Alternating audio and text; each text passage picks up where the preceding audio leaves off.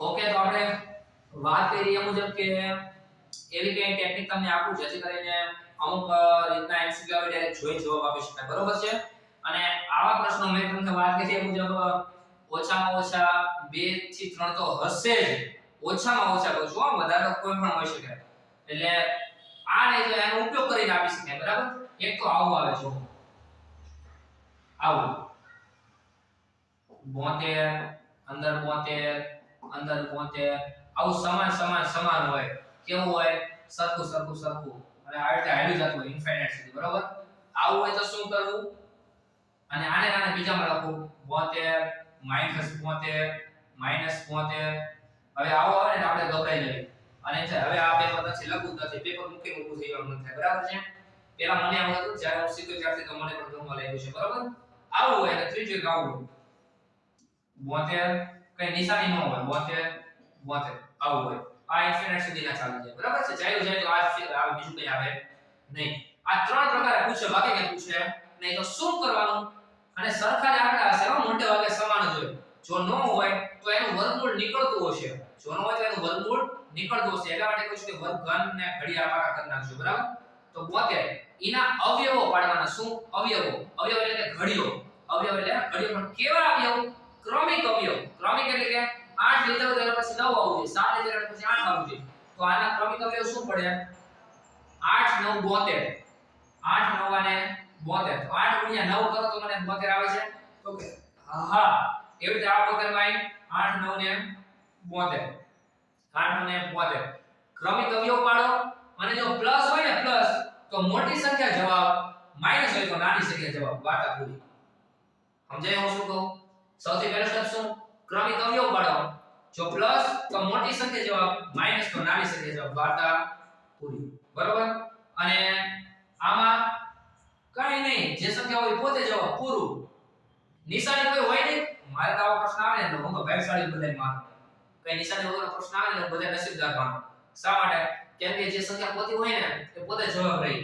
72 છે તો 72 જવાબ રહે. તો બીજી સંખ્યા જવાબ રહે, બરાબર છે? એટલે એમાં કોઈ ફેરફાર થતો નથી. છેલ્લે છેલ્લું તો ક્રમિક અવયવ પાડો, પ્લસ તો મોટી સંખ્યા જવાબ, માઈનસ તો નાની સંખ્યા જવાબ, બરાબર છે? બાકી એક મેથડની તમને વાત લસાકુસાના વિડિયોઝમાં મેં કરી હતી, છતાં અહીંયા તમે કરી લો, બરાબર છે? અને આવું આ લોકો બહુ કરે છે, કેમ કે આવા ઘણા બધા પ્રશ્નો હશે જ. જો આ મોટી સંખ્યા આપી દેશે 2 8 3 9 ગુણ્યા 7 8 6 5 ગુણ્યા 8 9 3 2 5 આવી મોટી સંખ્યા આપી દેશે. તો શું કરવાનું ખબર છે? કઈ નહીં કરવાનું. આપણે સૌથી પહેલા એકમનો આટલો મોટો ગુણાકાર તો મને ન આવડે. અને એમાં જો અહીંયા કરવા બેસે ને આપણા ગુણાકાર, તો કોમ્પ્યુટર છે ને બંધ કરીને છેલ્લા મિનિટ ઘરે લાવવું પડે, ઘરે સામે સો કરીને જવાબ ટીક કરવો પડે, બરોબર? એટલે એક કલાક જતી રહે, ખબર નહીં પડે. તો એના માટે શું કરવાનું? એકમનો અંક પકડો. 9 9 પંચું 45. 45 ના એકમનો શું છે? 5. પંચો પંચો 25. તો છેલ્લે 25 અથવા તો 5 આવતો હોય એવો જવાબ ગોતો. એ ડાયરેક્ટ શું કરી નાખો? ટીક વાતા કરી દો, બરાબર છે? પણ એમ થાય વચ્ચે ગુણાકાર છે એટલે પ્લસ માઈનસ હોય તો શું કરવાનું? તો કાઈ નહીં કરવાનું. તો યાદ દેજો, અહીંયા ગુણાકાર છે, અહીંયા પ્લસ, અહીંયા ધારો કે પ્લસ કરી નાખો. ચલો, શું કરી નાખો? પ્લસ. તો આ તે એકમનો 9 * 45. તો 45 નો 5 નાખો તો શું થઈ જાય? 0 વાળું આવે તો 0 વાળું હોય ટીક કરી નાખો. વધે તો બે કી સંખ્યા સુધી જાઓ, પ્લસ માઈનસ તો બે કી સંખ્યા સુધી જાઓ, તો તમને જવાબ મળે. આ તો કદાચ એકમનો અંક અલગ અલગ હોય ને તો બધામાં સમાન હોય ને તોની વાત છે, બરોબર? દશક અંક સુધી સમાન, 3 અંક સુધી જાઓ, કઈ ફેરફાર પડતો નથી. તો મોટે ભાગે એવા જ આવશે કે ડાયરેક્ટ એક સંખ્યા ધારીને જોતા તમને ખબર પડી જાય. તો આવું આવે એટલે તમને જોતા ડાયરેક્ટ ખબર પડી જાય. શું કે 9 * 45. 45 ના એકમનો શું છે? 5 છે. 5 * 25 એમાં શું આવે? 5. તો ડાયરેક્ટ 5 વાળો શું આવે? ડાયરેક્ટ ટીક કરી નાખો. વાત આપી દી. સમજાવું શું કહેવા માંગુ છું?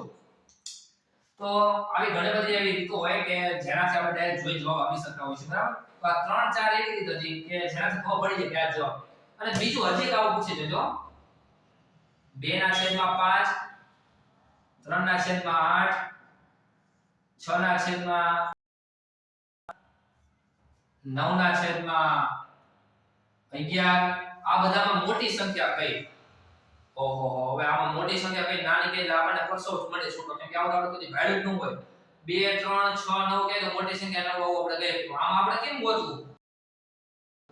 કોઈ પણ બે સંખ્યા ઉપાડીને ભાડ્યું જવા દેવાનું.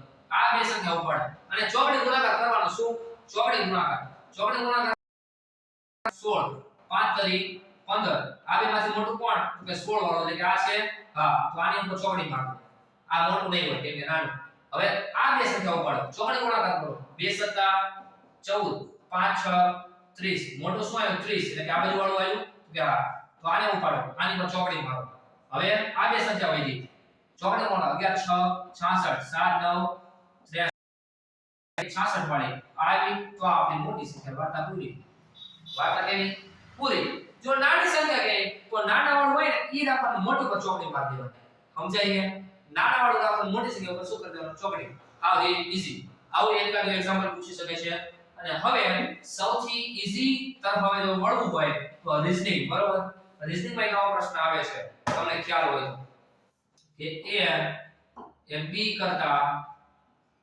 મોટો છે કેવો છે મોટો b એ c કરતા મોટો છે કેવો છે મોટો છે c એ d કરતા મોટો છે તો સૌથી